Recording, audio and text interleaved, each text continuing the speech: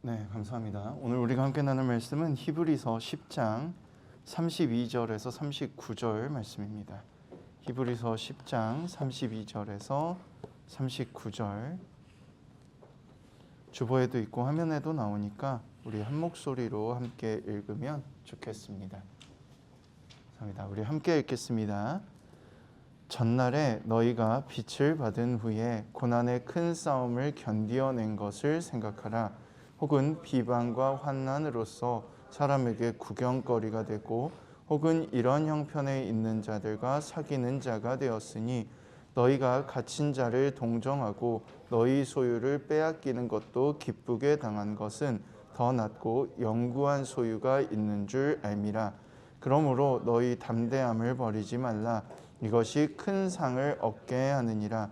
너희에게 인내가 필요함은 너희가 하나님의 뜻을 행한 후에 약속하신 것을 받기 위함이라. 잠깐 후면 오시리가 오시리니 지체하지 아니하시리라. 나의 의인은 믿음으로 말미암아 살리라. 또한 뒤로 물러가면 내 마음이 그를 기뻐하지 아니하리라 하셨느니라. 우리는 뒤로 물러가 멸망할 자가 아니고 오직 영혼을 구원함에 이르는 믿음을 가진 자니라. 아멘. 오늘 말씀의 제목은 믿음으로입니다. 반갑습니다. 이제 시험은 다 끝났나요? 아직 남은 친구들도 있다고 듣긴 했는데 힘내셨으면 좋겠고 너무 무리하진 또 않았으면 좋겠어요. 인생 생각보다 길어요.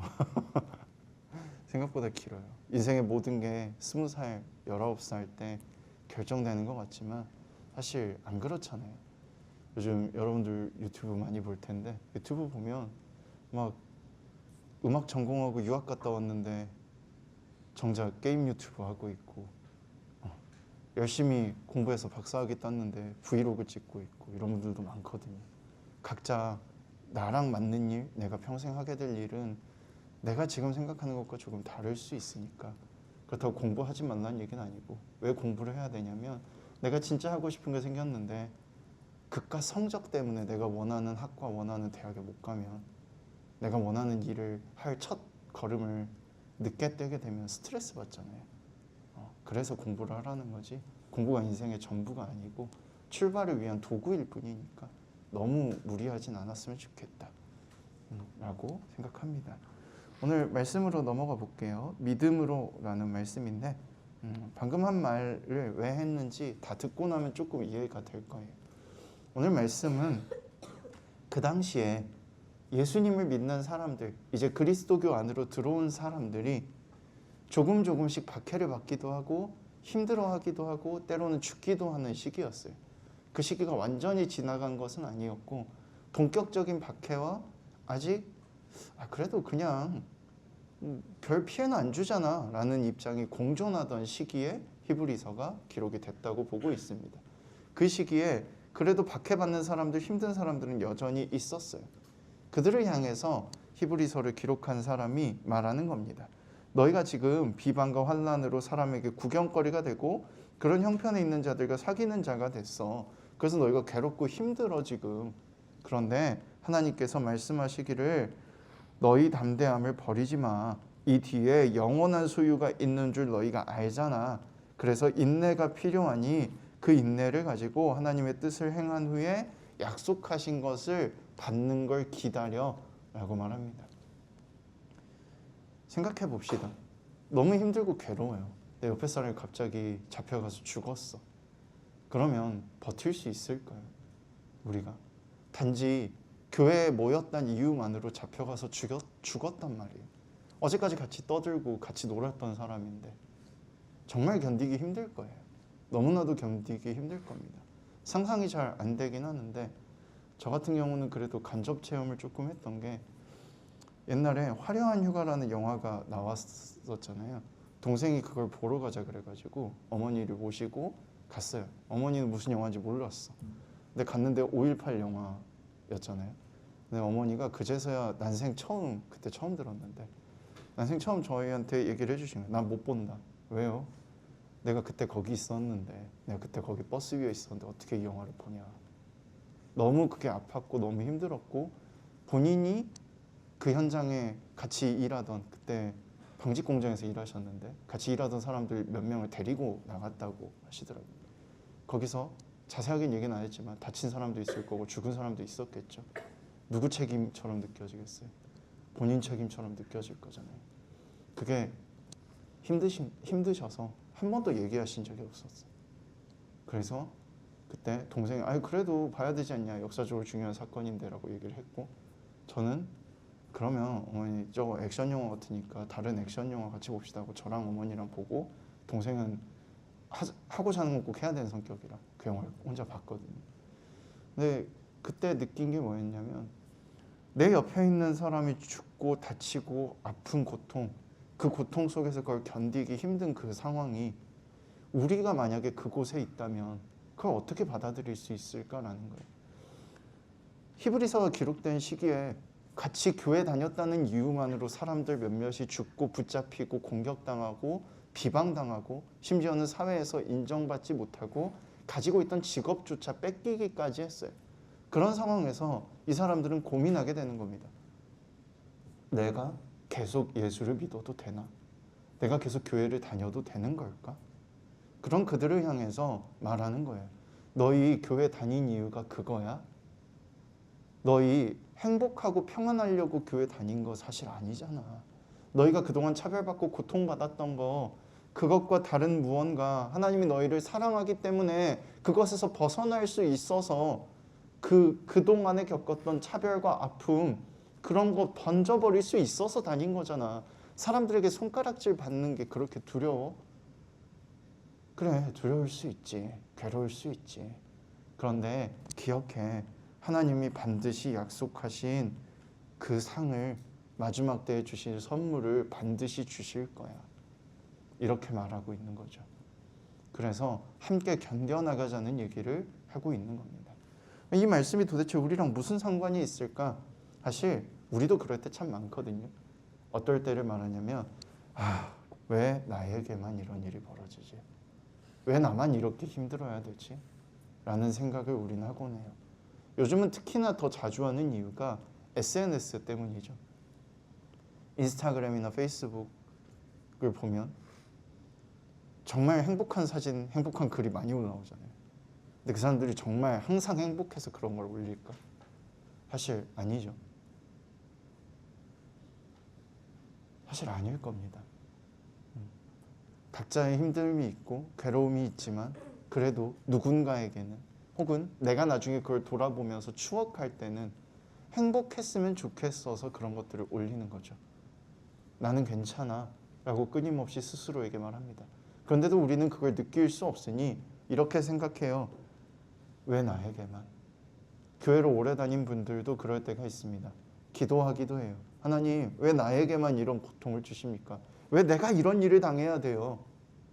그때 이 말씀을 기억했으면 좋겠습니다. 누구나 다 고통 당해요. 누구나 다 힘들어요. 그런데 하나님께서 함께 해주신대잖아요. 함께 그 힘든 걸 견뎌주신대요. 이걸 견뎌내고 이겨내고 성장해가면 그 앞에 무언가가 있다는 걸 우리도 알잖아요. 사실 견디기 힘들 뿐인 거지. 이게 너무 어렵고 힘들고 아플 뿐인 거죠. 그런데 그런 우리를 향해서 하나님께서 말씀해 주시는 거예요. 내가 너와 함께 있어. 지금 같이 견디고 이겨내자. 그러면 그 다음에 내가 너랑 약속한 거, 네가 나에게 기도했던 거 내가 너한테 줄 수 있어. 그러니 지금 이거 같이 이겨내자. 그 음성을 들을 수 있으면 좋겠습니다. 우리가 어려움을 이기고 나아갈 수 있으면 좋겠어요. 제가 여기서 웃으면서 막 가끔 농담식으로 말했는데, 군대에 있을 때 난 목사가 될 사람이니까 군종병이 돼서 적응 못하던 친구를 교회 목사님이 데려다 놔가지고, 네가 얘 좀 돌봐라. 교회 열심히 다니니까. 그리고 가르쳐서 너 제대하면, 그 친구랑 저랑 딱 1년 차이 났거든요. 입대가. 얘가 물려받을 수 있게 좀 해놔라. 근데 너무 공황이 심해가지고 제가 제대하고 6개월 후에 그 친구가 제대했는데, 그 친구가 막 부대 가서 밥도 못 먹게 하고 절 때리기도 하고 이랬어요. 다 한 거의 7개월 가까이를 같이 버텼거든요. 그러다가 제가 제대할 때쯤 되니까 내가 결핵에 걸렸대. 말년휴가 나가서 기침이 너무 안 멈춰서 병원에 갔더니 결핵에 걸렸다는. 약을 먹는데 결핵약을 먹으면 하루 종일 어지럽고 메스껍거든요. 그리고 1년 정도 먹어야 돼요. 최소 6개월이고 1년 정도 다 먹었어. 그리고 이제 검사 받고 이렇게 확인을 했죠. 그때까지만 해도 별로 후회하지 않았어요. 힘들긴 했지만 내가 목사가 되기 위해서 열심히 살았으니까. 그리고 이제 복학해서 대학에서 이제 공부 제대로 해봐야겠다라고 생각하고 공부를 제대로 하기 시작하자마자 결핵이 재발해가지고 다시 결핵약을 먹고, 결핵은 1차 약을 먹었으면 2차 약을 먹어야 돼요. 같은 약을 못 먹거든요. 2차 약을 먹으면 1차 약은 눈이 시력이 좀 떨어지고 2차 약은 청력이 떨어져요. 그래서 맨날 이명이 생기고 소리가 안 들릴 때도 있고 스트레스 받으면. 그렇게 1년 반 정도 약을 먹고 다시 완치 판정을 받았어요. 그 사이에 또 무슨 일이 있었냐면 친구들하고 그래 약 먹으니까 공부는 좀 덜 하자 하고 공부는 조금 내려놨지만 친구들이 계속 불러내서 같이 놀았거든요. 그러다가 너무 피곤해서 씻다가 쓰러져가지고 세면대를 짚었는데 세면대가 그대로 박살이 나서 안 다치려고 엉덩이부터 떨어졌는데 깨진 파편 위에 앉았어요. 30cm 넘게 찢어지고 깊이는 10cm 가까이 들어가고 응급실에 실려가가지고 누워있다가 꿰매는데 의사 선생님이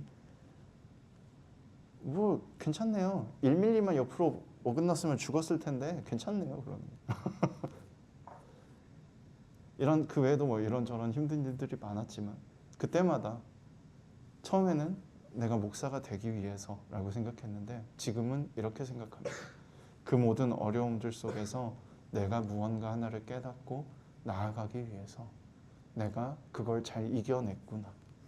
벌어진 사고도 있고 내 실수로 벌어진 일들도 있지만 혹은 하나님께서 정말 나한테 필요해서 가르치시기 위해 주신 고난도 있겠지만 그것들 사이에서 내가 그걸 이겨낼 수 있었던 것, 이겨내야만 했던 이유는 내가 조금 더 나아가고 이걸 극복하고 내가 무언가를 원할지는 모르지만 어디까지 갈지는 모르지만 지금 한 걸음을 내디딜 수 있기 위함이구나. 그래서 견뎌낼 수 있게 도와주셨구나. 그렇게 생각하고 그게 저의 신앙 고백이거든요. 여러분에게도 이렇게 고백하라는 건 아니지만 힘든 일이 있을 때, 괴로운 일이 있을 때 하나님이 함께 계시는 걸 잊지 않았으면 좋겠어요. 기도해 보세요. 분명히 도와주시고 견딜 수 있는 힘을 주시거든요. 같이 견뎌내 주시거든요. 그러니까 하나님께서 여러분을 사랑하고 함께 하신다는 사실을 잊지 않고 오늘 말씀에 나온 것처럼 언젠가 주실 그 더 큰 복, 더 큰 빛, 더 큰 힘을 기대하면서 지금 견디고 한 걸음씩 나아가는 우리, 저와 여러분이 될 수 있으면 좋겠습니다. 저도 아직도 계속 성장 중이거든요. 물론 육체는 이제 전성기를 넘어서 조금씩 줄어들고 있지만 그래도 우리가 함께 성장해 나가면 좋을 것 같아요. 기도하겠습니다. 시간 손 모으고 눈 감고 기도할 때 괴로웠던 순간, 힘들었던 순간이 있다면 떠올려 주시고 그걸 하나님께 기도했으면 좋겠어요. 하나님 도와주세요. 앞으로 혹 그런 일이 다시 벌어진다면, 혹 또다시 괴로운 일이 생긴다면 함께 견뎌주시고 이길 수 있는 힘을 주세요. 하나님 함께하고 싶습니다. 도와주세요. 기도했으면 좋겠습니다. 목소리 내실 수 있는 분은 내셔서 하시고요. 마음으로 하실 분은 마음으로 하시기 바랍니다. 기도합니다.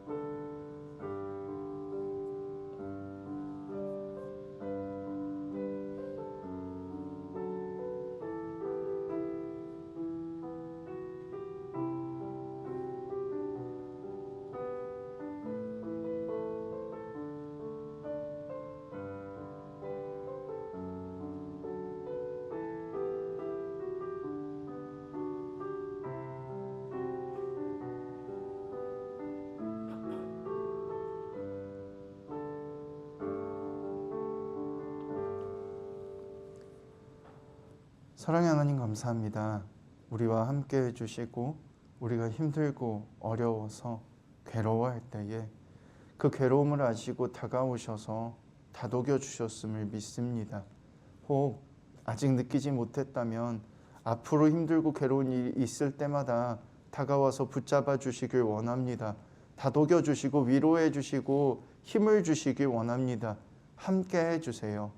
함께 해주신다고, 함께 견뎌주신다고 약속하셨으니 우리가 그 약속을 믿고 나아갈 때 우리 곁에 계셔서 믿음으로 모든 것을 이기고 믿음으로 의로워질 수 있도록, 믿음으로 행복하게 살 수 있도록 주님 도와주세요. 언제나 곁에서 지켜주시는 줄 믿으며 사랑하는 예수님 이름으로 기도합니다. 아멘.